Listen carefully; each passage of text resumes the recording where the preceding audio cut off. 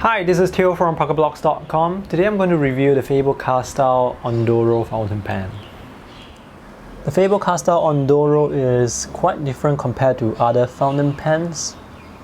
As you can see, the body is hexagonal in shape and the exterior is made of wood. So this look and feel very different compared to other fountain pens. This pen is actually quite big because it has a rather thick diameter compared to normal fountain pens.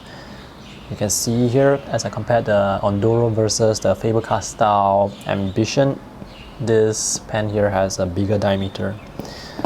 This is the other Faber Castell pen that I have. This is pear wood and this is oak. So this looks more orange, brighter, and this is darker and more brown.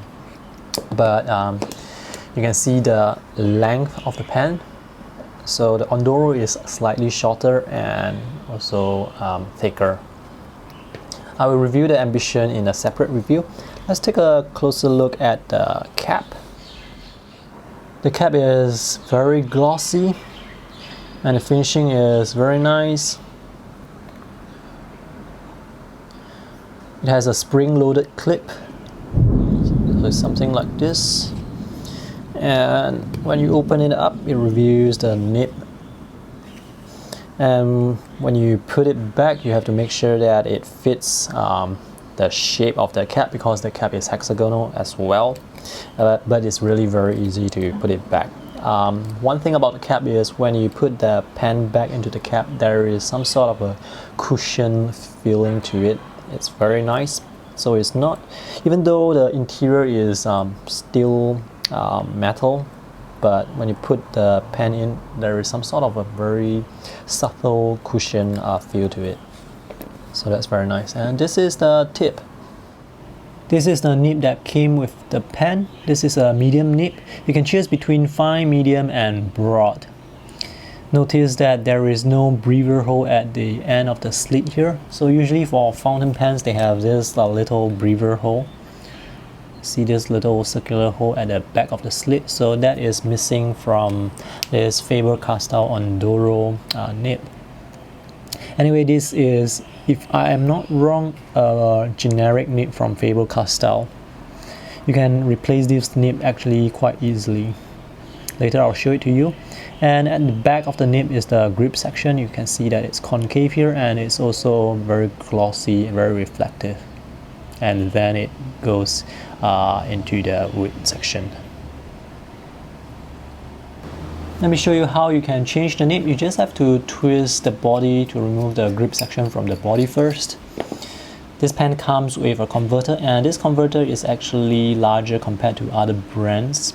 So the capacity is higher, you can put more ink, so you don't have to refill it that often. And this is a twist type converter. You just pull this out. And this is the grip section with the nib. To replace the nib, to change it to something else, you just have to again twist the grip section and you can just remove the nib very easily. This is the back of the feed section. So this part here is where it connects to the converter, like this.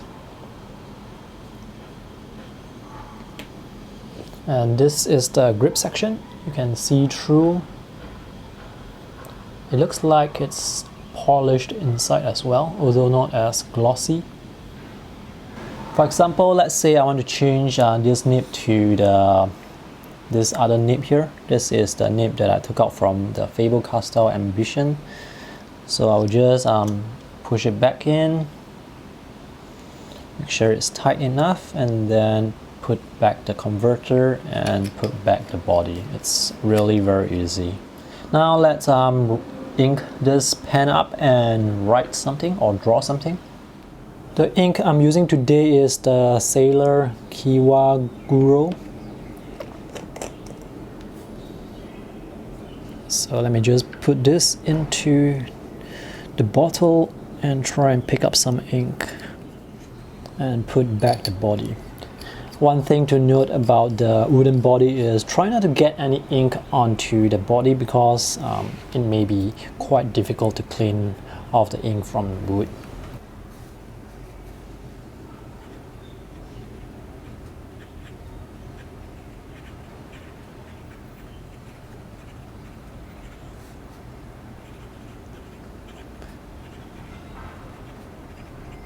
So the writing performance is actually quite nice. The nib is smooth on the paper. It has a little texture. I think that's because of this paper, but overall it's quite smooth and really quite enjoyable to use this pen when writing. Let me try and do some sketching. Now when it comes to drawing with this particular pen, this pen nib is actually no different from other pen nib. It's nothing too special. This is just a medium nib. Usually when I buy fountain pens, I try to buy medium nibs because I really like the thicker lines. So yeah, this is quite smooth.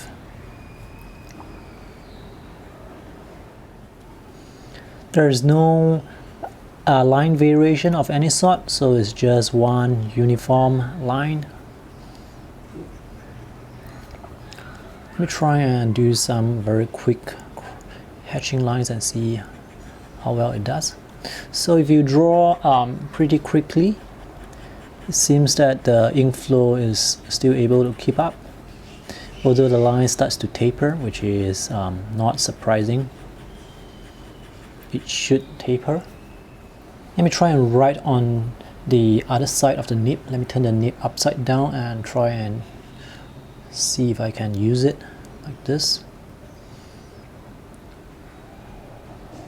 So the ink still flows even though I use the other side of the nib, and with this side you can get much thinner lines.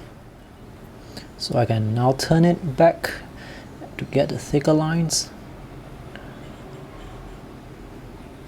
So I guess this is the only way to get some sort of variation if you want thin and thick lines. And let me switch it again to the thin line.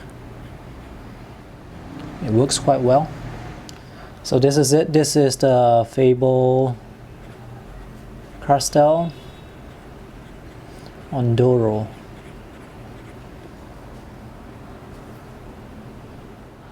To me, I feel that this pen is quite classy. I like the contrast between the glossy metal cap and the wooden textured body. This is quite nice.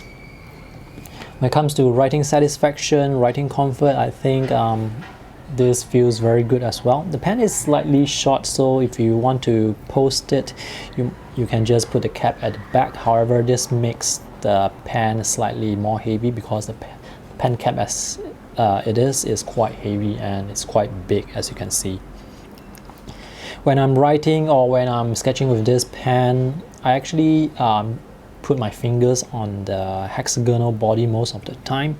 If I require more detail, then I push my fingers down to the metal grip section. But usually I like to hold the pen like this because I like the feeling of the wood on my fingers. The cap is nice, but sometimes it can be a fingerprint magnet, so you might need to have some sort of polishing cloth to clean off the fingerprints. For example, here I have some blemishes which I need to polish off. I can't just polish it off with my fingers like this, so you can see it's still there. And yep, at the back is this little circular piece of metal. It's very glossy as well. Yeah, so overall I think this is a pretty nice pen. That's all for my review today. If you have any questions, feel free to post them in the comment section below. I will post a link to my text review in case there is any update to this pen. Now in that text review, there will be links to where you can find this pen if you are interested in buying one for yourself. Yeah, thanks for watching. I will review the Faber Castell Ambition fountain pen in a separate video, so watch out for that. See you in the next video. Bye.